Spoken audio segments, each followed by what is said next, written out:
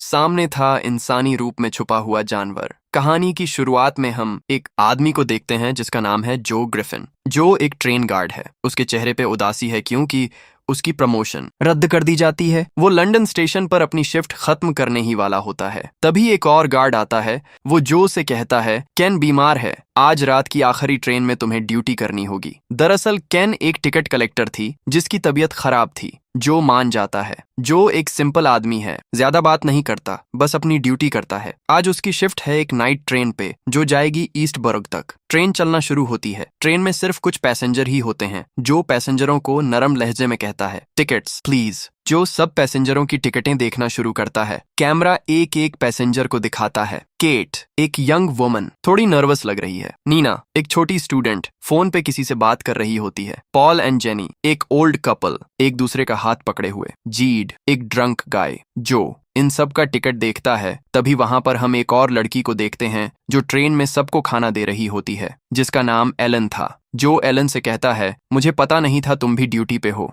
Elon उसे बताती है, हाँ, डबल शिफ्ट, इस महीने बचत की कुछ ज्यादा जरूरत है। जो एलन से पूछता है, क्या तुम जॉब छोड़ने की कोशिश कर रही हो? एलन उसे बताती है, अभी तक सोचा नहीं है, लेकिन मैं हमेशा यहाँ जॉब नहीं करना चाहती। दरअसल इन दोनों को यहाँ जॉब करना कुछ खास पसंद नहीं था, लेकिन इनके पास कोई दूसरा ऑप्शन भी नहीं था। एलन कहती, मुझे डेविड ने बताया है तुम्हारी प्रमोशन रिजेक्ट कर दी गई है। ये सुन के मुझे बहुत अफसोस हुआ। और कहती है, तुम्हें प्रमोशन के लिए दोबारा अप्लाई करना चाहिए।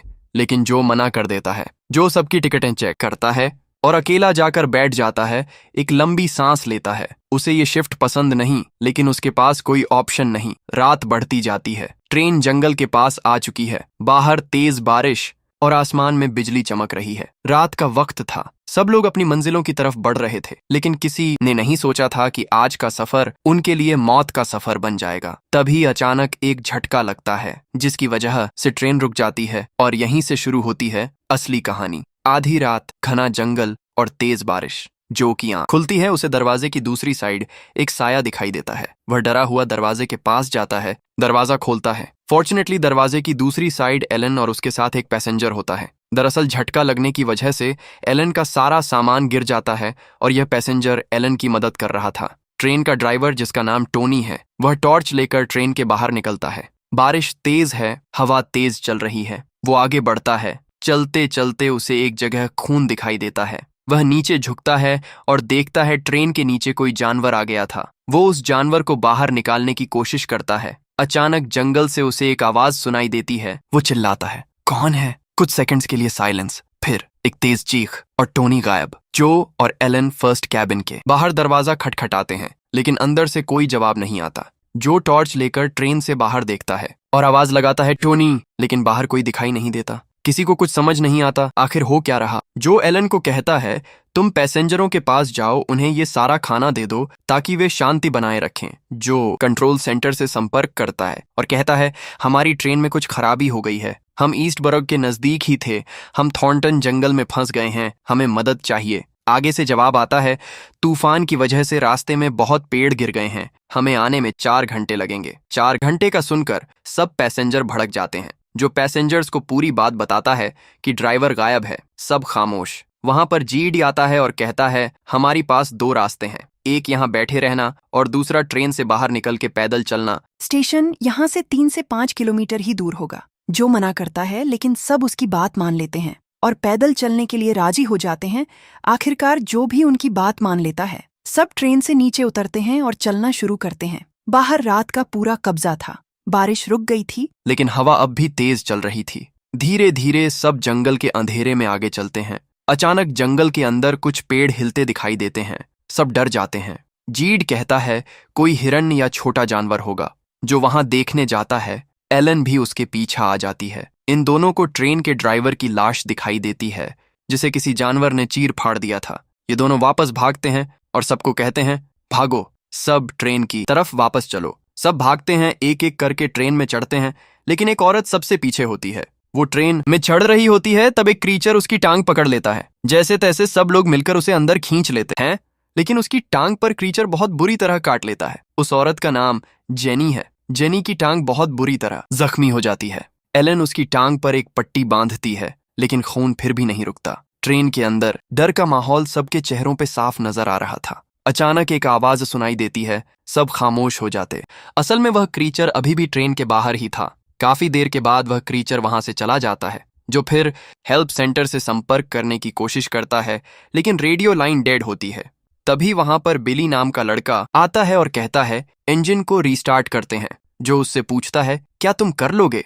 बिली उसे कहता है हाँ, मेरे डैड का इंजन लॉन मोवर्स रिपेयर्स का बिजनेस था, और कहता है हमारी प्रॉब्लम है फ्यूल लीक हो रहा है, हमें फ्यूल पाइप को ठीक करना होगा। जो सब पैसेंजर्स को बताता है। तभी अचानक दूर नॉक होता है। जो बिली और जेट दरवाजे के पास जाते हैं, जो के हाथ कांप रहे होते हैं। वह डरा हुआ एक झटके से दरवाजा खोलता है, लेकिन वहां पर एक पैसेंजर होता है जो बाथरूम करने गया था। एलन जो से कहती है उस औरत की हालत और खराब होती जा रही है, और कहती है ये कुत्ते के काटने के निशान नहीं है। जो कहता है सब ठीक हो जाएगा। नीना दरी सहमी सबसे अकेली बैठी होती है। एक औरत उसके पास जाती है, उससे कुछ बातें करती है ताकि उसका डर कुछ कम हो। अचानक बाहर से एक आवाज सुनाई देती है। नीना और ज्यादा डर जाती है। उसी समय नीना के फोन पर किसी की कॉल आती है। नीना फोन पे बात करने ही लगती है कि अचानक एक क्रीचर उस पे हमला कर देता है और उसे मार देता है। सब वहां से भागते हैं और दूसरे केबिन में छिप जाते हैं। सब मिलकर उस केबिन के दरवाजे और विंडोज ब्लॉक कर देते हैं ताकि कोई क्रीचर अंदर न आ सके। बाहर का नजारा बहुत खतरनाक था और बारिश फिर से शुरू हो गई थी। सब डरे सहमे ट्रेन के अंदर बैठे हुए थे। जीडी जो के पास आता है और कहता है मेरे पास सब कुछ है, बीवी, बच्चे, घर, ऑफिस, शहर में फ्लैट, सब कुछ। और कहता है इन लोगों को देखो, ये पैदा ही शिकार बनने के लिए हुए हैं, और जब वो दरिंदा अंदर आएगा तब तुम इनके साथ रहकर मौत का इंतजार करोगे या मेरे साथ भाग चलोगे? चांस है कि हम दोनों जिंदा बच जाएं।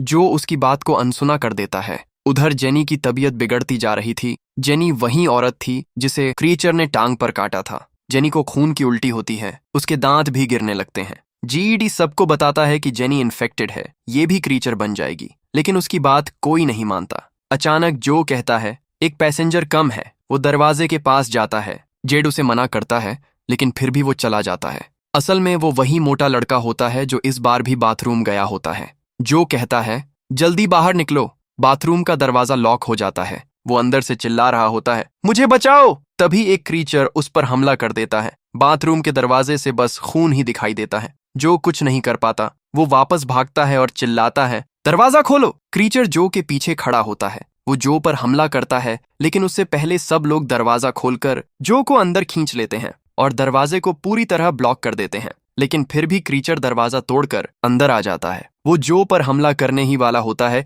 कि अचानक एलन उसके पेट में खंजर घोंप देती है, लेकिन क्रीचर को फिर भी कुछ नहीं होता। ये सब लोग मिलकर क्रीचर पर हमला कर देते हैं। बहुत देर मारने के बाद आखिरकार क्रीचर नीचे गिर जाता है। यहाँ वो बूढ़ा आदमी सबको बताता है कि पहले भी इस जगह पर 1937 में एक ट्रेन हादसा हुआ था। ट्रेन पटरी से उतर गई थी। जब इमरजेंसी सर्विस वहां पहुंची तब कोई नहीं बचा था। उन्हें वहां जानवरों द्वारा खाई हुई कुछ डेड बॉडीज ही मिली।